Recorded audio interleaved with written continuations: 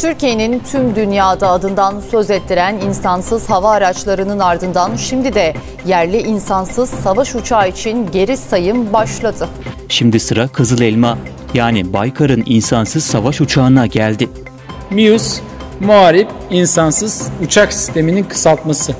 Baykar Teknoloji lideri Selçuk Bayraktar sosyal medya hesabından insansız hava uçağının hem fotoğraflarını paylaştı hem de adını açıkladı. Bayraktar paylaşımında üretim hattına 3,5 yıl sonra daha büyük ve daha çevik bir balık girdi. İnsansız savaş uçağı Bayraktar Kızıl Elma yolda geliyor, takipte kalın ifadelerini kullandı. Kızıl elma nedir bilir misin paşa? Birileri Kızıl Elma'yı bir dağ, bir şehir, bir mevzi, bir cephe zannetmektedir. Kızıl elma tüm alemin bir nizam içinde olmasını sağlamaktır. Kim acı çekiyorsa onun yarasını sarmaktır. Türkiye İslam'a dert verenin başını vurup derdini başından almaktır. Türk'ün yıldızı İslam'ın hilaliyle buluştuğunda edindik biz bu mefkureyi. Merhabalar, kolay gelsin. Teşekkürler. İstikametteniz. Kızıl Elma. Allah kolaylık versin. Aileye mesaj gönder. Beklemesinler. Gayemiz Allah'ın adaletini yeryüzüne hakim kılmaktır. Hedefimiz Kızıl Elma'dır.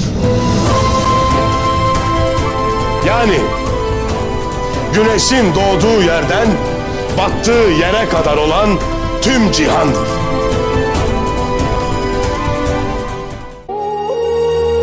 Yiğitler kan döker, bayrak solmaya, Anadolu baştan vatan olmaya, Kızıl Elma'ya, ya hey Kızıl Elma'ya.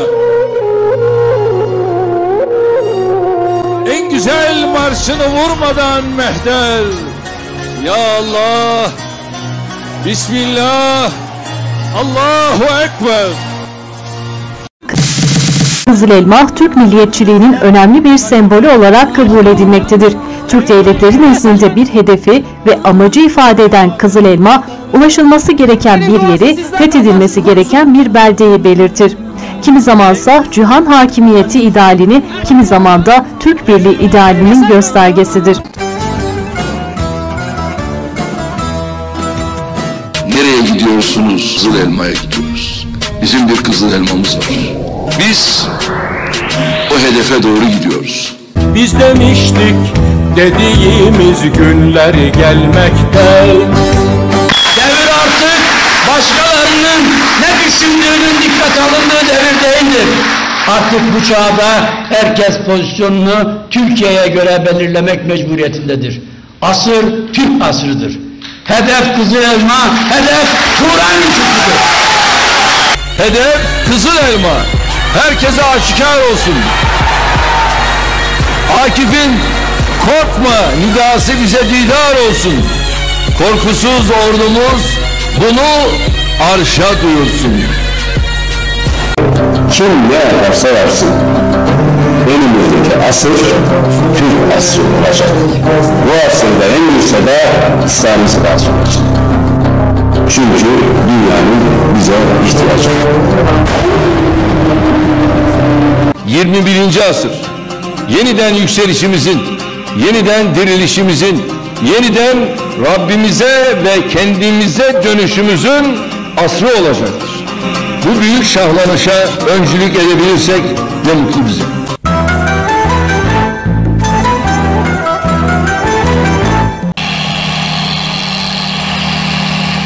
Bayraktar TB2 ve Akıncı insansız hava araçları göreve başladı. Tüm dünyada adından söz ettirdi.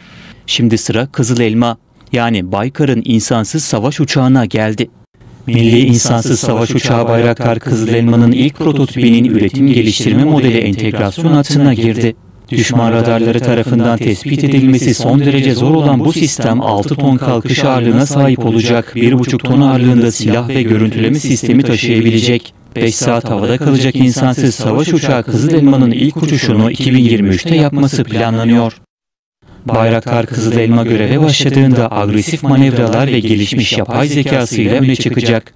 Türk güvenlik güçlerinin muharebe sahasındaki en güçlü unsurlarından biri olacak. Kızılelma hakkında konuşan Baykar Teknoloji lideri Selçuk Bayraktar da dünya 5. nesil avcı uçaklarıyla insanlı son muharip uçakları izliyor.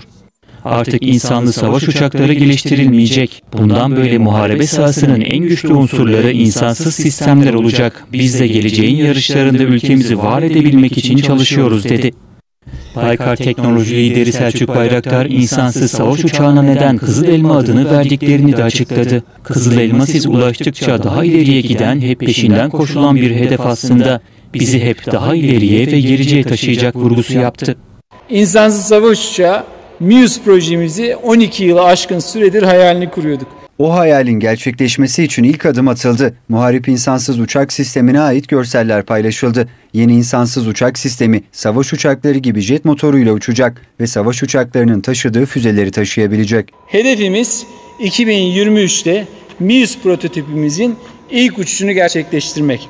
Baykar Savunma tarafından geliştirilme aşamasında olan muharip insansız uçak sistemi ilk kez tanıtıldı. Baykar Savunma Teknik Müdürü Selçuk Bayraktar, insansız hava araçlarının geliştirildiği hangardan çektiği videoyla yeni sistemin özelliklerini anlattı. MUSE Cessna'ya yakın bir seyir süratiyle görev yapacak. Sonraki prototipler ise Cessna'nın üstüne çıkarak süpersonik kabiliyette olacak. 1,5 tona yakın mühimmat ve faydalı yük kapasitesine sahip olacak. Hava-yer akıllı füzeleri ve seyir füzeleri taşıyabilecek. Baykar tarafından geliştirilen muharip insansız uçak, düşman radarlarına yakalanmamak için mühimmatları gövdesinin içinde taşıyacak. Ayrıca radara yakalanmanın önemli olmadığı görevlerde kanatlarının altında da mühimmat taşıyabilecek. Yeni sistem ilk uçuşunu 2023 yılında yapacak. Ayrıca sistem dünyada bu alanda geliştirilmiş diğer prototiplerden farklı özelliklere sahip olacak. Yeni özellikleriyle büyük bir kuvvet çarpanı oluşturacak. TCG Anadolu sınıfındaki kısa pistli gemilerden iniş ve kalkış yapabilecek olması. Katapult yardımı olmadan TCG Anadolu'dan kalkmasını hedefliyoruz. Yakalama kabloları ve kanca yardımı ile gemiye inebilecek. Akıncı'nın seri üretime geçip olgunlaşmasıyla birlikte son dönemde çalışmalarımız iyice MUSE'a odaklandı diyebilirim. Halihazırda dünyada bu alanda geliştirme çalışmaları yürüten birkaç ülke var.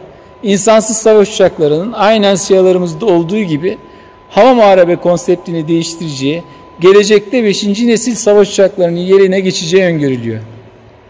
MUSE projemizde aynen Bayraktar TB3'te olduğu gibi tümüyle öz kaynaklarımızla yürütüyoruz. Selam olsun kefenim sırtımda diyerek yola koyulanlara, yazıklar olsun kendi milletine silah sıkan soysuzlara.